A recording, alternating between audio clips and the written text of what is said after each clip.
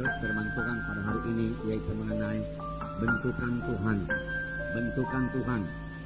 Saudaraku, Tuhan perlu membentuk kita lebih dahulu supaya kita bisa dipakai Tuhan.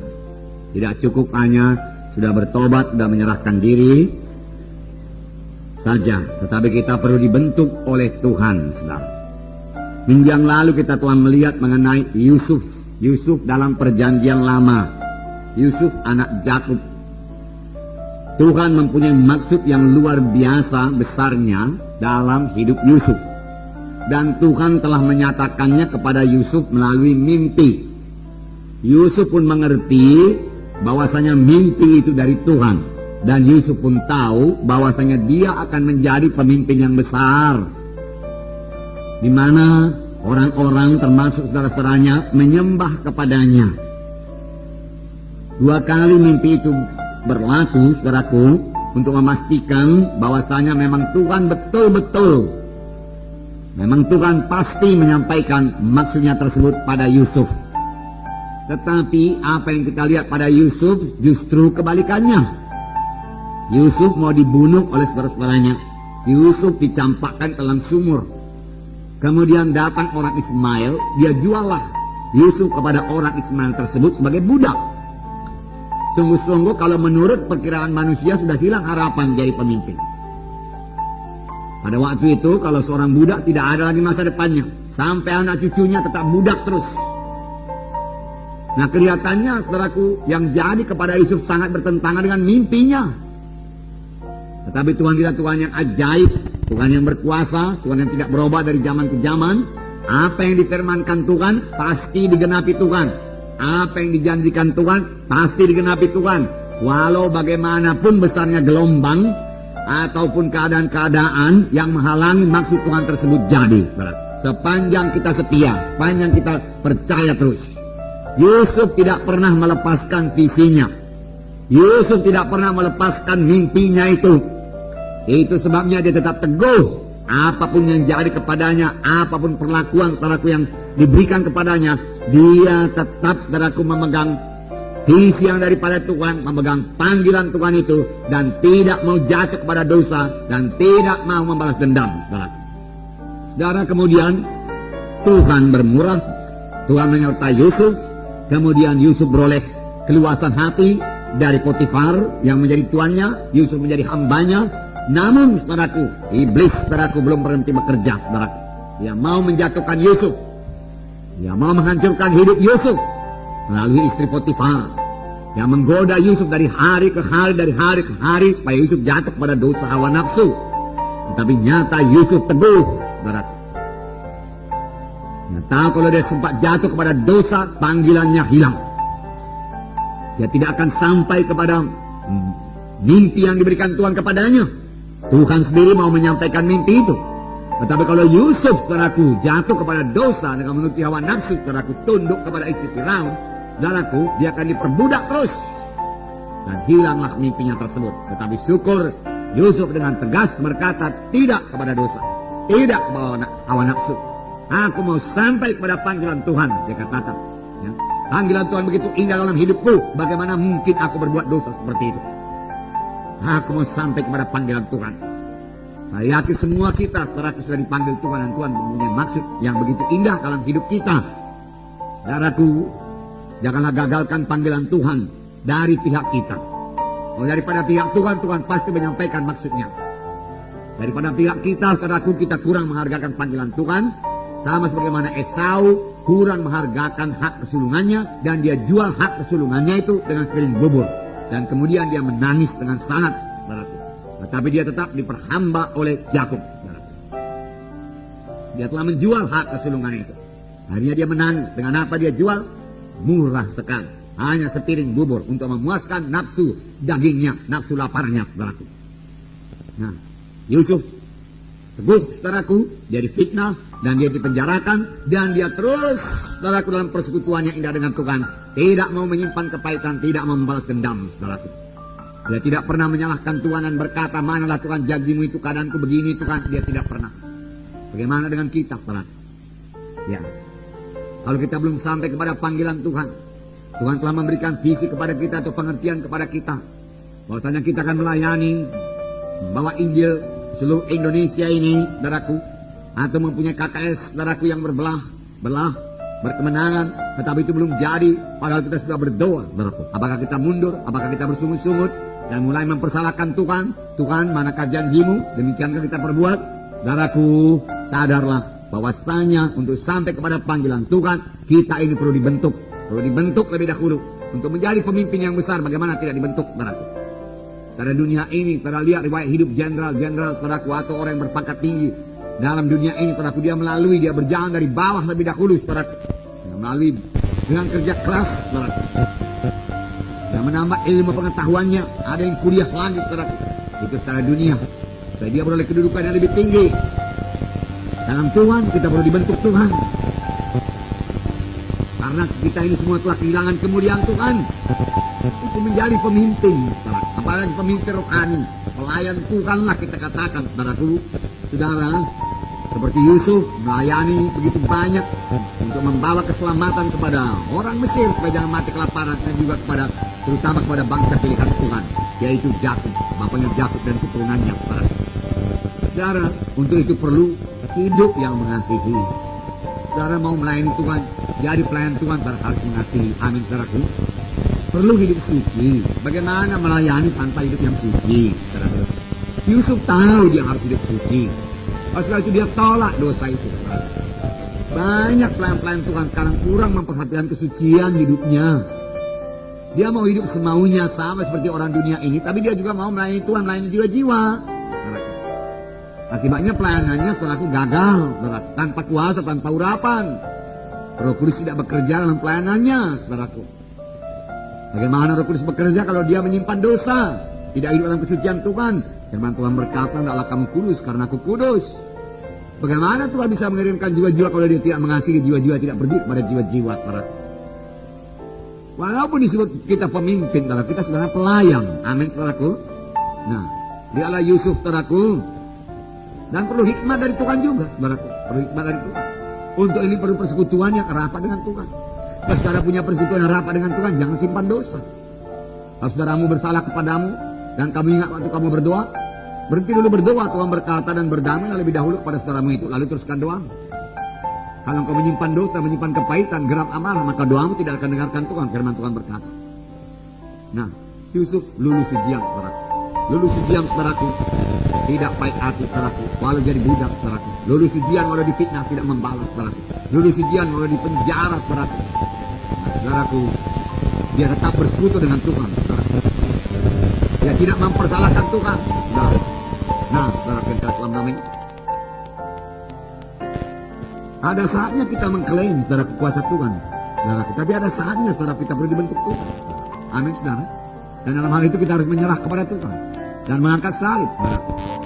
Saya katakan dari minggu yang lalu, mengangkat salib itu, saudara, tidak enak itu. Menyangkal diri tidak enak. Bukan kesenangan saya, kesenangan Tuhan. Kalau saya mau menyenangkan Tuhan, saya menyangkal kesenangan saya. Kesenangan saya pada saat ini tidur, saudaraku. Istirahat. Nah, semalam saya baru dari Jakarta, Wisma Kinasi sana, saudaraku. Ya. Saudara. Tetapi saya mau menyenangkan Tuhan. Amin, saudara. Menyenangkan Roh Kudus. Amin, saudara. Dan saya mohon kekuatan daripada Tuhan, hikmat daripada Tuhan, saudaraku. Perlu persekutuan dengan Tuhan, saudara. Nah, jadi bentukan itu sering tidak enak bagi tubuh ini, saudaraku. Tidak enak bagi tubuh ini. Tapi kalau saudara mau sampai kepada panggilan Tuhan, saudaraku, sangkalah tubuh ini, saudaraku. Senangkan Tuhan, saudaraku. Doa pagi tidak enak bagi tubuh. Tidak pernah enak itu, saudaraku, bagi tubuh ini bangun jam 5 pagi untuk berdoa. Dia mau tidur, saudaraku. Kalau saudara mau sampai kepada panggilan Tuhan, saudaraku, saudara harus banyak bersekutu dengan Tuhan, jalannya berdoa. Amin, saudara. Berdoa. Nah, membaca Alkitab, saudaraku, pada mulanya, saudaraku, tidak enak, saudaraku. Lebih enak baca Quran. Tetapi saudara akan, kalau saudara teruskan pembacaan, saudara akan jatuh. Dan tidak ada bacaan yang lebih menggembarkan saudara daripada membaca firman Tuhan. Apalagi saudara bersekutu dengan Tuhan, lalu Tuhan menerangkan maksudnya, menerangkan kehendaknya kepada saudara, memberikan pengertian-pengertian baru kepada saudara. Sehingga firman Tuhan menjadi makanan rohani saudara. Seharusnya demikianlah orang Kristen, suka akan firman Tuhan, suka makanan rohani. Saudaraku, seorang gembala sidang dahulu berkata, kalau satu orang anak Tuhan tidak suka lagi makan firman Tuhan, tandanya dia sudah sakit, seperti anak-anak tidak suka makan. Kalau anak-anak tidak suka makan, biarlah ibunya berpikir ada penyakit pada anak ini. Kaum ibu, kaum bapak yang anaknya umur setahun, 2 tahun, saudaraku tidak suka makan, saudaraku berpikirlah saudara, barangkali ada penyakit pada anak ini. Demikian juga mengenai ini, saudaraku, firman Tuhan ini. Periksa kesehatan rohani kita, apakah kita rindu baca firman Tuhan, suka baca firman Tuhan. Saudaraku, bawa berkat luar biasa kepada saudara. Nah, saudara akan kasih dalam nama Yesus. Hari ini saudaraku, kita melihat lagi seorang hamba Tuhan. Nah, perlu juga saya katakan saudaraku, bahwasanya untuk dipakai Tuhan, untuk menjadi pelayan Tuhan saudaraku, dia baca firman Tuhan, patuh kepada atasan saudaraku. Saudara, tidak seorang pun bisa dipakai Tuhan dengan roh berontak. Tidak seorang pun dipakai Tuhan dengan roh kesombongan, yang merasa dirinya tahu segala sesuatu saudaraku. Merasa dirinya hebat. Karena Tuhan tidak pernah mengurapi kesombongan. Amin saudara. Kita akan lihat pada hari ini seorang yang merasa dirinya hebat. Emang dia pintar, luar biasa pintar dari dunia ini, luar biasa berkuasa. Tahu segala ilmu perang Mesir, saudaraku. Ya, firman Tuhan berkata dia berkuasa dengan perkataan dan perbuatannya, dan dia cobalah dengan kekuatannya dia melayani Tuhan, gagal. Dia lain daripada Musa. Nah, saudaraku, jadi itu dari pembacaan Alkitab. Pembacaan Alkitab kita sudah menceritakan tentang Musa. Amin saudaraku. Saudaraku, sekali lagi saya ingatkan lagi kepada saudara, setialah mengikuti skedul pembacaan Alkitab. Firman Tuhan pada tahun ini akan banyak diambil daripada skedul pembacaan Alkitab. Dan kalau saya baca Keluaran 1, Keluaran 2, Keluaran 3, Keluaran 4 terus, saudaraku, cerita Musa nggak sempat, saudara. Tapi kalau saudara sudah baca di rumah, saya bisa menerangkan intinya kepada saudara. Saudara mudah mengerti firman Tuhan ini. Amin saudara. Luar biasa berkat pembacaan firman Tuhan sebagai makanan rohani. Bagaimana bisa kuat kalau nggak makan? Janganlah kamu menjadi serupa dengan orang dunia ini. Janganlah harapkan orang dunia baca firman Tuhan. Kita lah anak-anak Tuhan ini yang harus membaca firman Tuhan. Saudara sudah training, saudara. Ya. Saudara mengerti bahwasanya iman datang daripada mendengarkan firman Tuhan. Saudara tidak bisa berdoa kepada Tuhan, Tuhan tambahi imanku Tuhan, tanpa membaca firman Tuhan. Baca firman Tuhan, maka iman saudara akan bertambah. Amin saudara. Firman Tuhan berikan pengertian pada saudara. Firman Tuhan padaku membawa saudara kepada kekudusan. Firman Tuhan itu mengkuduskan saudara. Firman Tuhan perlu dalam perang rohani. Tuhan sendiri saudara kuat dicobai oleh setan. Dia berkata ada tersurat. Berapa banyak ada tersurat yang bisa kita pakai melawan godaan setan, melawan duniawi ini, saudaraku, yang duniawi. Berapa banyak firman Tuhan yang kita miliki. Hendaklah firman Tuhan berdiam dengan segala kekayaannya, kelimpahannya di dalam dirimu, firman Tuhan berkata. Amin. Amin saudaraku. Ya. Kalau amin saudaraku, saudara harus membaca, mengikuti skill pembacaan Alkitab. Supaya firman Tuhan berdiam dengan limpahnya dalam saudara. Amin. Haleluya. Haleluya. Maka saudara akan mendapat berkat yang luar biasa sepanjang tahun ini, saudara. Saudara, firman Tuhan membawa kesehatan bagi saudara. Firman Tuhan membawa kekuatan bagi saudara.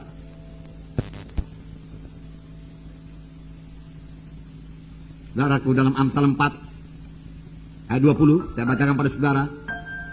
Amsal pasal 4 ayat 20 dikatakan di sini. Hai anakku, perhatikanlah perkataanku, arahkanlah telingamu kepada ucapanku. Janganlah semuanya itu menjauh dari matamu, simpanlah itu di lubuk hatimu, karena itulah yang menjadi kehidupan bagi mereka yang mendapatkannya, dan kesembuhan bagi seluruh tubuh mereka. Menjadi kehidupan bagi mereka yang mendapatkannya, dan kesembuhan bagi seluruh tubuh mereka. Apakah itu saudaraku? Firman Tuhan, amin. Ya, tapi firman Tuhan para baca, perhatikan. Yang beri telinga kepada firman Tuhan, simpan di lubuk hati saudara, simpan di lubuk hati saudara, diam dengan segala kekayaannya. Nah, itulah dia orang Kristen yang sejati, yang sudah jarang-jarang dijumpai sekarang ini, saudaraku. Tetapi saya berdoa kepada Tuhan supaya hal demikian tidak jarang lagi dijumpai di antara orang Kristen. Tetapi biarlah orang Kristen bertambah-tambah, saudaraku, mengasihi firman Tuhan, jatuh cinta kepada firman Tuhan, sehingga bertambah kaya dalam firman Tuhan. Amin. Ya. Saudaraku, Daud sangat menghargakan firman Tuhan. Mazmur 119. Saya bacakan pada saudara beberapa ayat. Mazmur 119, saudara, di dalam ayat 47. Aku hendak bergemar dalam perintah-perintahmu yang ku cintai itu. Haleluya. Jadi Daud mencintai perintah-perintah Tuhan. Ayat 47. Kemudian ayat 82. Saya membacakan pada saudara. 82. Habis mataku merindukan janjimu. Aku berkata, bilakah engkau akan menghiburkan aku? Saudaraku, habis mataku, tentu dia menangis, merindukan janjimu atau firmanmu. Begitu Daud rindu akan firman Tuhan. 93. Untuk selama-lamanya aku tidak melupakan titah-titahmu, sebab dengan itu engkau menghidupkan aku. Aku tidak mau melupakan. Oleh sebab itu segala sesuatu yang bisa menghapus firman Tuhan dari hati saudara, dari pikiran saudara, saudaraku, lalukanlah itu, saudaraku. Hindarilah itu, saudaraku. Apakah itu TV, apakah itu bacaan-bacaan yang lain, saudaraku, duniawi, saudaraku, yang bisa menghapus firman Tuhan, menghilangkan firman Tuhan dari ingatan saudara, buangkan itu. Amin, saudara. Anak Tuhan harus mengingat firman Tuhan. Sebab saudara harus bersaksi. Nah, 97. Betapa ku cintai Tauratmu, aku merenungkannya sepanjang hari. Saudaraku, lihatlah Daud ini, saudaraku, bermazmur kepada Tuhan dengan banyak menyebut cinta kepada firman Tuhan, rindu kepada firman Tuhan. Kuhargakan firman-Mu Tuhan, firman-Mu kehidupan bagiku Tuhan. Dia berkata, saudaraku, saudara, dapatkah kita menyanyi atau bermazmur sebegitu rupa, saudaraku? Saya yakin jawabannya belum atau tidak, saudaraku. Mengapa? Karena kita belum betul-betul jatuh cinta pada firman Tuhan, belum mendahulukan firman Tuhan. Sedang Daud berkenan di hati Tuhan, saudaraku.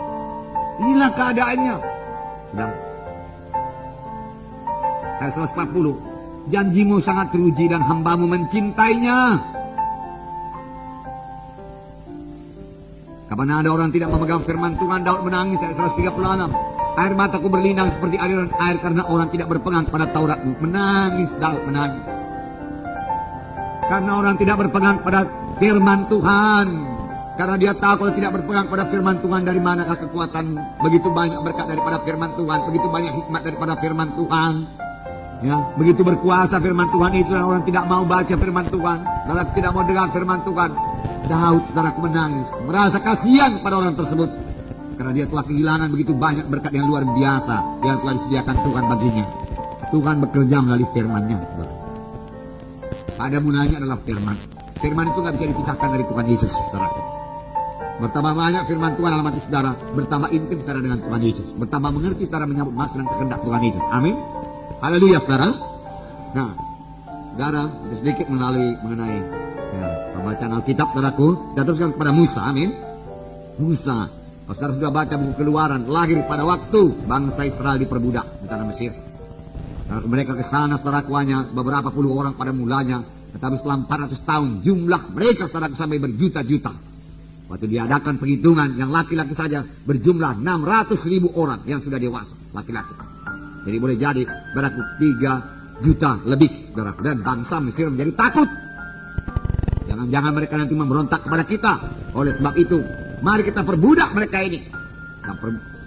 Berikan mereka kerja rodi, kerja paksa. Namun, saudaraku, jumlah mereka bertambah terus. Akhirnya dia menyuruh 2 orang bidan, ya, dan berkata kepada bidan tersebut, kalau ada ibu-ibu Israel yang melahirkan dan anaknya laki-laki, bunuhlah dia. Tetapi bidan-bidan ini juga tidak mau berbuat demikian karena dia takut akan Allah. Dan firman Tuhan berkata, oleh sebab itu mereka diberkati Tuhan dan mereka itu berumah tangga. Amin, saudaraku. Tertulis, saudaraku. Ya. Karena dia memang mengasihi anak-anak. Kan? Lalu Tuhan berikan dia berumah tangga supaya dia punya banyak anak. Karena dia mengasihi anak. Haleluya, saudaraku. Saudara mengasihi jiwa-jiwa, Tuhan berikan banyak jiwa-jiwa kepada saudara. Nah, oleh sebab itu Firaun mencari jalan dan dia katakan, dia akan peraturan yang diberikan kepada tentara-tentara Mesir, kalau ada kamu jumpai anak laki-laki yang lahir, buang ke Sungai Nil, bunuh. Pada waktu itulah Musa lahir. Dalam satu keadaan yang sangat krisis, saudaraku. Saudara, pernahkah kita menghadapi krisis yang begitu berat, saudaraku? Musa lahir, bagaimana perasaan orang tuanya? Dan firman Tuhan berkata, Musa itu elok parasnya. Hanya beberapa orang dalam Alkitab dikatakan elok parasnya. Satu lagi siapa? Yusuf, ya? Oke, haleluya. Ya. Siapa lagi? Paulus? Enggak, ya. Daud, ya, Daud. Benyamin masuk enggak? Enggak apa-apa lah.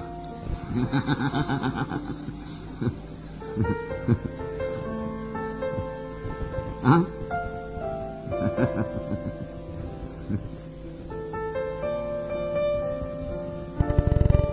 Saudaraku, karena rupa yang elok saja pun tidak cukup jadi pelayan Tuhan, saudaraku. Perlu dibentuk juga, amin, saudaraku. Pak Yusuf elok parasnya perlu dibentuk. Dibentuk dalam penjara 13 tahun. Gak cukup, saudaraku, hanya paras yang elok. Puji Tuhan buat paras yang elok, tapi jangan pakai, saudaraku, untuk kepentingan diri sendiri. Pakailah itu membawa berkat bagi kerajaan sorga, amin. Haleluya, segala kemuliaan bagi Tuhan saja. Puji Tuhan.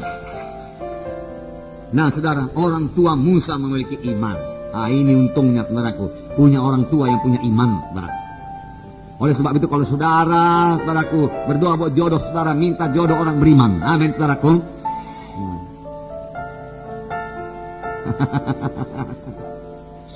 Boleh berdoa bersama-sama dalam menghadapi krisis dalam hidup ini, saudaraku.